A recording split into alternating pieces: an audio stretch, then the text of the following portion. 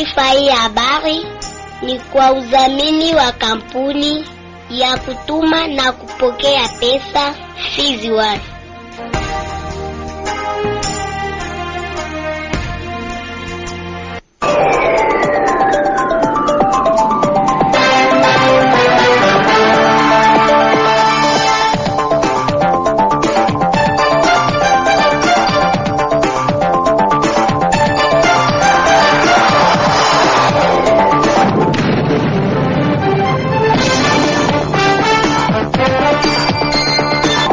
Habari za wakati mpenzi msikilizaji wa redio ya kijamii Kivu mahali popote ambapo unaendelea kututegea sikio, ni kukaribisha kwa mkunjofu kwa ajili ya kuweza kufuata uchambuzi wetu wa habari kwa siku ya leo. Uchambuzi ambao unakupigwa na habari muhimu leo hii, ripoti za wanaripota wetu kutoka sehemu mbalimbali, ukurasa wa habari za michezo pamoja na habari za kitaifa na zile za kimataifa. Msomaji wako wa siku naitwa Sudi Valente. Merci Mbirize Pamal yupo kwenye dawati na mitambo upande wa pili. Mpenzi msikilizaji, na kualika kuambatana nami mwanzo hadi mwisho kuna uchambuzi wa habari.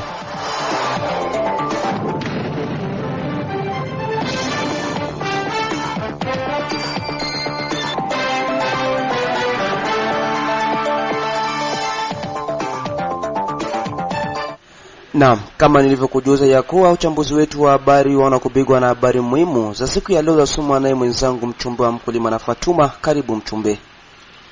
Shukrani sana mwenzangu Sudi Valente kwa kunipa nafasi ya habari muhimu. Wacha sasa tufunue pazia ya uchambuzi wetu wa habari kwa siku ya leo.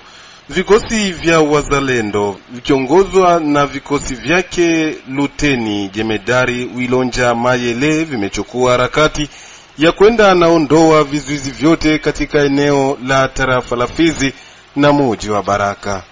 Takuwa pia na habari za huko Kongolo ambako mganga mmoja wa kiasili ambaye alikuwa akipana dawa katika maeneo hayo ya kuto kuingiwa na risasi au visu ameweza kufariki kisha kuchukua hatua ya kuanza kupima dawa hizo kwenye mwili wake.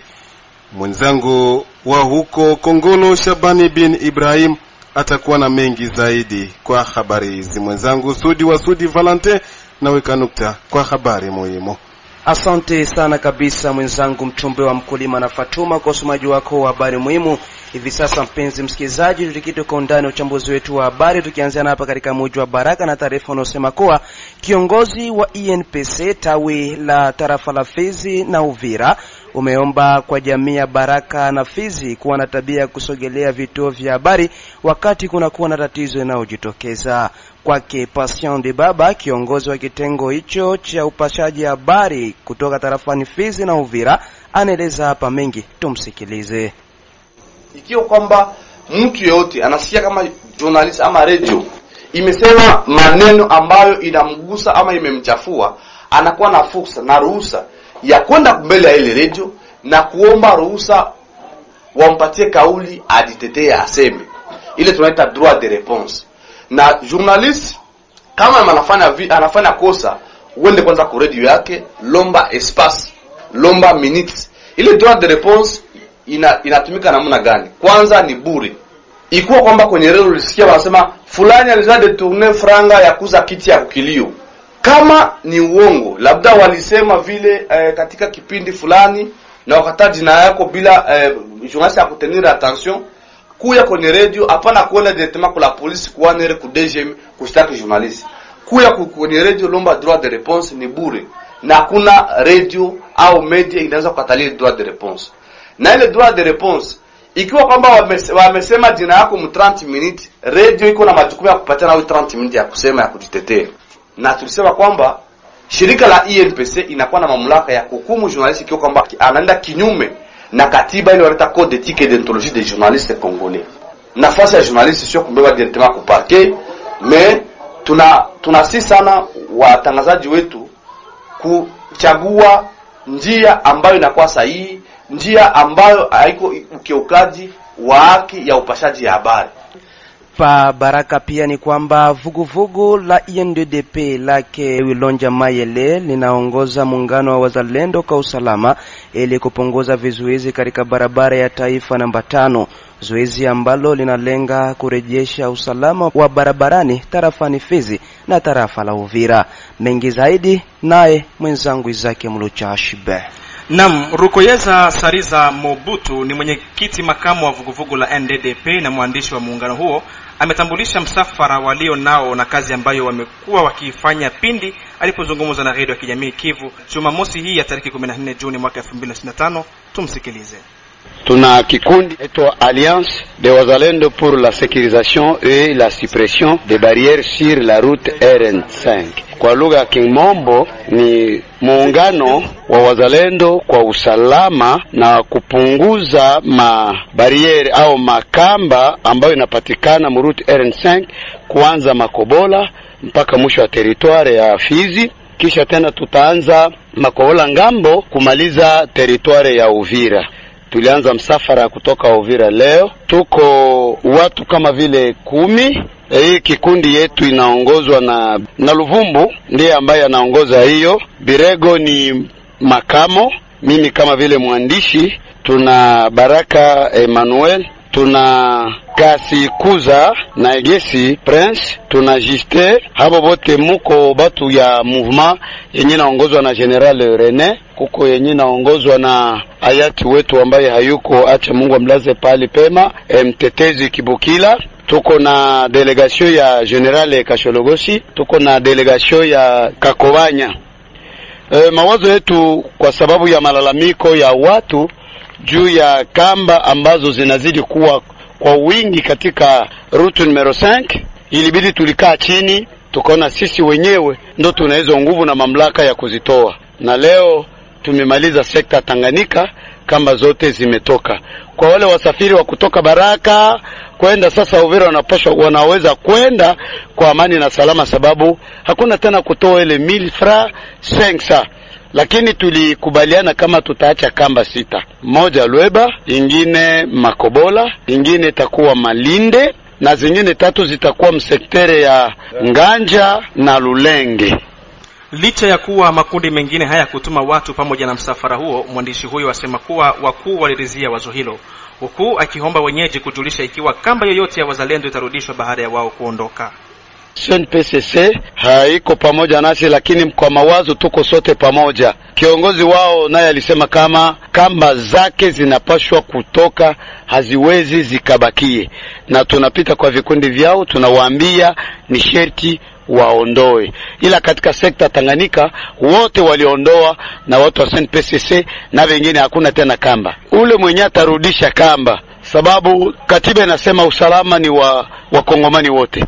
Bale wenyewe watarudia, wenyeji wa pale ni sherti watutumie, watuambie kamba ya fasi fulani tena imerudia. Tutaacha namba za watu wawili 0814037167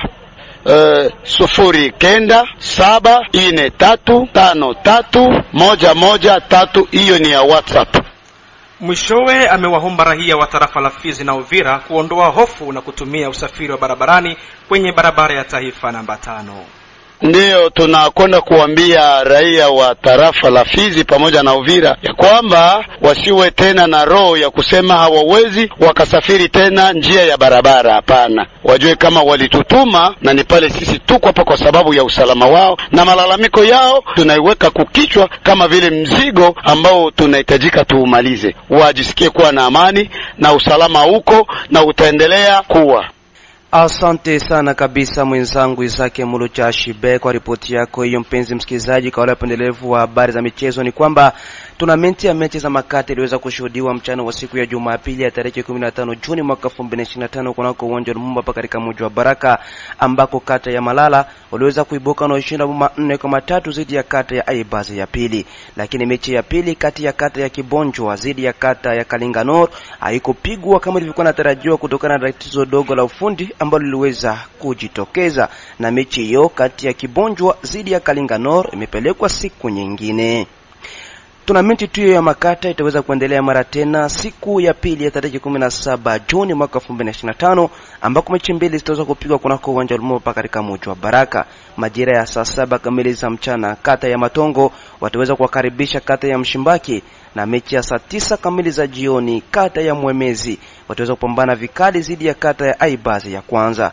Na siku ya Alhamisi ya tarehe 19 Juni mwaka 2025 mechi mbili vile vile zitaweza kupigwa, ambako majira ya saa 7 kata ya Majengo wataweza kupiga vikali dhidi ya kata ya Kalinga Nord, na mechi ya saa 9 kamili za jioni kata ya Mwandiga wataweza kukaribisha kata ya Malala. Msikilizaji mpendwa wa Radio ya Kijamii Kivu, kwa kabisa ndio bado unakuja kujiunga nasi, nikukumbusha ya kwamba unaendelea kusikiliza uchambuzi wa habari kutoka kwenye Radio ya Kijamii Kivu.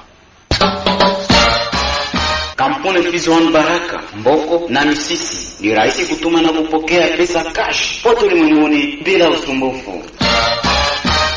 Na katika habari za unaripota wetu kutoka sehemu mbalimbali, tukianzia na huko Moba, ni kwamba coordinator wa shirika la raia tarafani Moba jimboni Tanganyika ameweka wazi kwa wale waliosaini kitangazo kilichosomwa kwenye vyombo vya habari vikimtaka kiongozi ambaye huwa anashikilia silaha katika tarafa hilo la Moba kuweka silaha chini.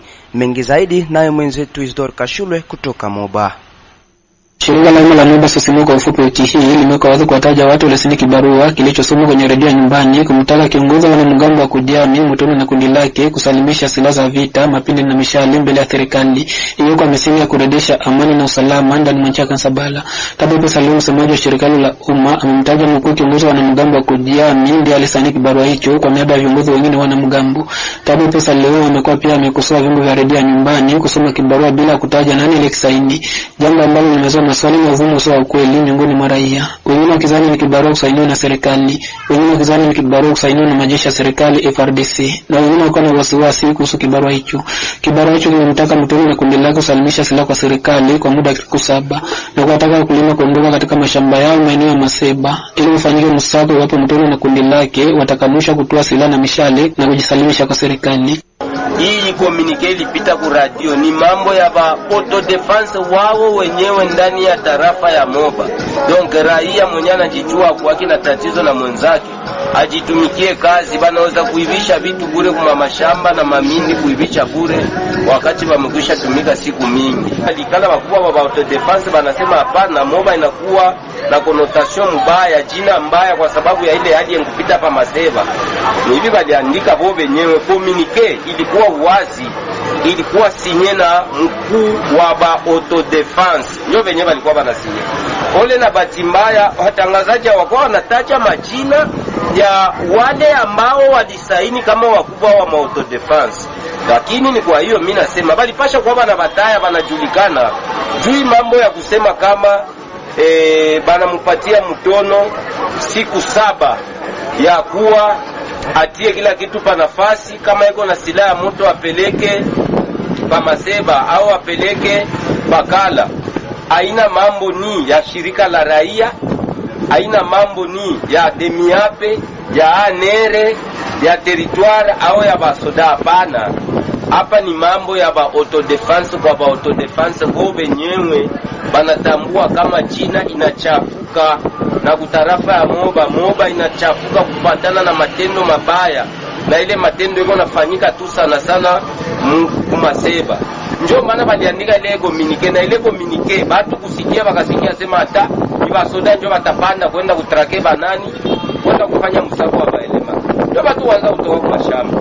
Ni kwa hiyo lakini mimi kama coordinator wa shirika la raia naongea kusema hivi, hii mambo na ile communique ilipita kwa radio, serikali ya usini na ijui, sisi shirika la raia hatuijui. Maana yake hapa inakuwa ni watoto kwa watoto wanaona kaka yao au mdogo yao tabia yake inakuwa mbaya, ndio wana decide waone namna gani watasikilizana wao kwa wao na wao wenyewe. Mutoni na kundi lake wametumia kuzorotesha usalama katika udongo wa Mwindi, sehemu moja udongo wa Mpala, Kansabala, Kayobe, Kasokota, Malibu, Lungulungu, Danamu, Mancha, Kansabala. Huku taarifa ikisema kuanzia mwaka 2024 hadi hii leo idadi ya watu ambao wameshauawa imefikia watu 319 kuuawa na wanamgambo, na wengine walazimishwa kuacha mashamba yao na wengine kuviama vijiji vyao vya mashamba kuhofia usalama wao. Nikiripoti kutoka Moba, Isidore Kashulwe, Radio Kivu. Tukisalia tu katika jimbo hilo la Tanganyika huko Kongolo, ni kwamba mtu mmoja ambaye alikuwa ni mganga wa asili amefariki kwa kuchomwa kisu na baadhi ya vijana tarafani Kongolo jimboni Tanganyika, na hata baadhi ya nyumba zimeshuhudiwa kubomolewa. Shabani Ben Ibrahimu, hebu tuambie kwa namna gani hii mtu kuchomwa kisu katika tarafa la Kongolo?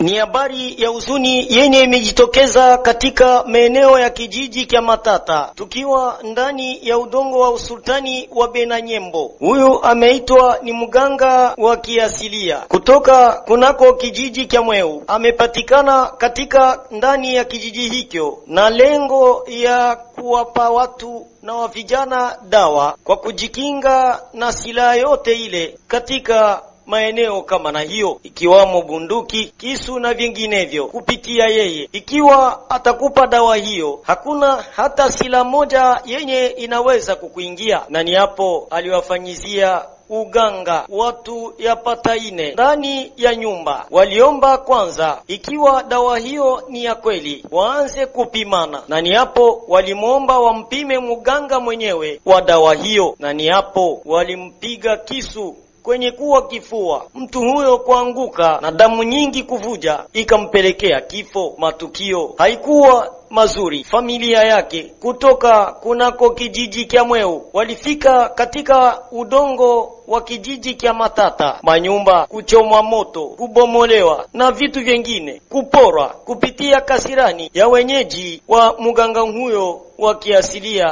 kutokea pale kijiji cha Mweu. Ngongo Mbokamiba Jean Paul, administrator wa tarafa ya Kongolo, kusheferi ya Benanyembo mujini Matata. Mujini Matata leo uko Moshi kuna manyumba iliungua. Tulipata habari ya chef de sheferi wa Benanyembo, alitujulisha ya kama muile mjini mulikuwa ndugu moja Bade, ni mzaliwa wa mjini Mweu Munyembo no. Aliitwa, alikuwa nafanya madawa yake ya mantibal, alikuwa nanawisha watoto wa vijana wa mjini Kizaba, na wakati alikuwa na wanawisha walipasha wapime kumwili wake.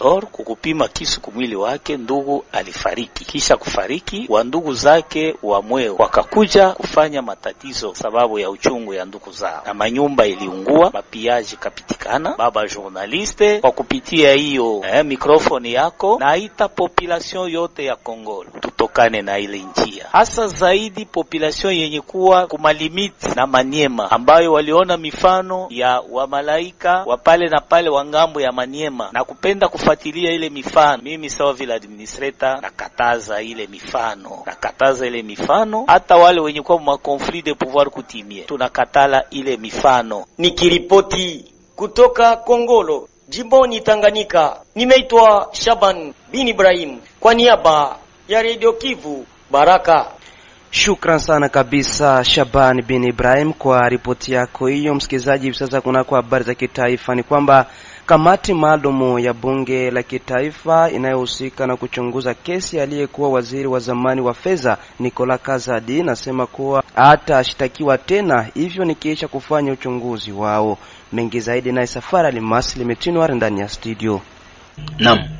Kamati maalum ya bunge la kitaifa inahusika na kuchunguza ombi la mwendesha mashtaka mkuu katika korti ya utenguzi anayetaka idhini ya kumfungulia mashtaka Nicolas Kazadi, waziri wa zamani wa fedha na mbunge wa DPS, iliamua kukataa ombi. Ombi lililowasilishwa mnamo Mei 2025 lilimshutumu Kazadi kwa kueneza madai ya uongo na kufichua siri za serikali katika hali ya kisiasa ilionyeshwa na madai ya utawala mbaya. Baada ya uchunguzi, tume iliongozwa na Rafael Kibuka ilitimisha kwamba tuhuma hizo zina msingi thabiti wa kisheria na hivyo kupendekeza katika kikao kilichopangwa Jumamosi kutoa mwisho wa kupokea kwa ombi la mwanasheria mkuu katika korti ya utenguzi. Moja ya hoja kuu za tume ni kukosekana kwa kosa la kufichua siri za serikali katika kitabu cha adhabu cha Kongo. Ingawa kosa kama hilo liko katika kanuni za haki za kijeshi, tume ilizingatia kwamba wakili mkuu hakuwa na mamlaka ya kuchukua mfumo huu wa kisheria kuhalalisha uchunguzi dhidi ya raia, haswa mbunge anayekuwa na kinga. Tofauti ya kisheria imekuwa ikizingatiwa kuwa muhimu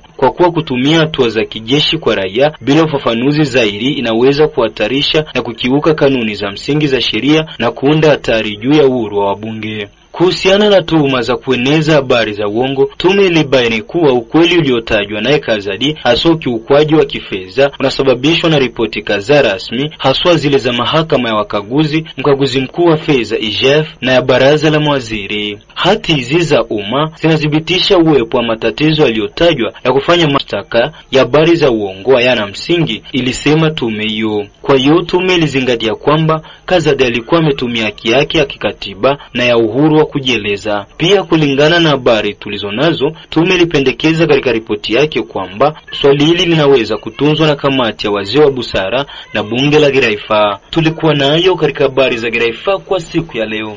Mpaka hapo mpenzi msikilizaji wa Radio ya Kijamii Kevo, la ziada sina, ni kushukuru mwenzangu Safari Almasi Mitinware ambaye aliweza kutusomea ripoti ya kitaifa. Vile vile msikilizaji, ni kushukuru wewe uliyenitegea sikio mwanzo hadi mwisho. Vile vile nimshukuru huyu Merci Mbirize Pamal ambaye alikuwa kwenye dawati la mitambo upande wa pili. Jina langu naitwa Sudi Valente. Baki na matangazo ya Radio ya Kijamii Kevo. Ciao.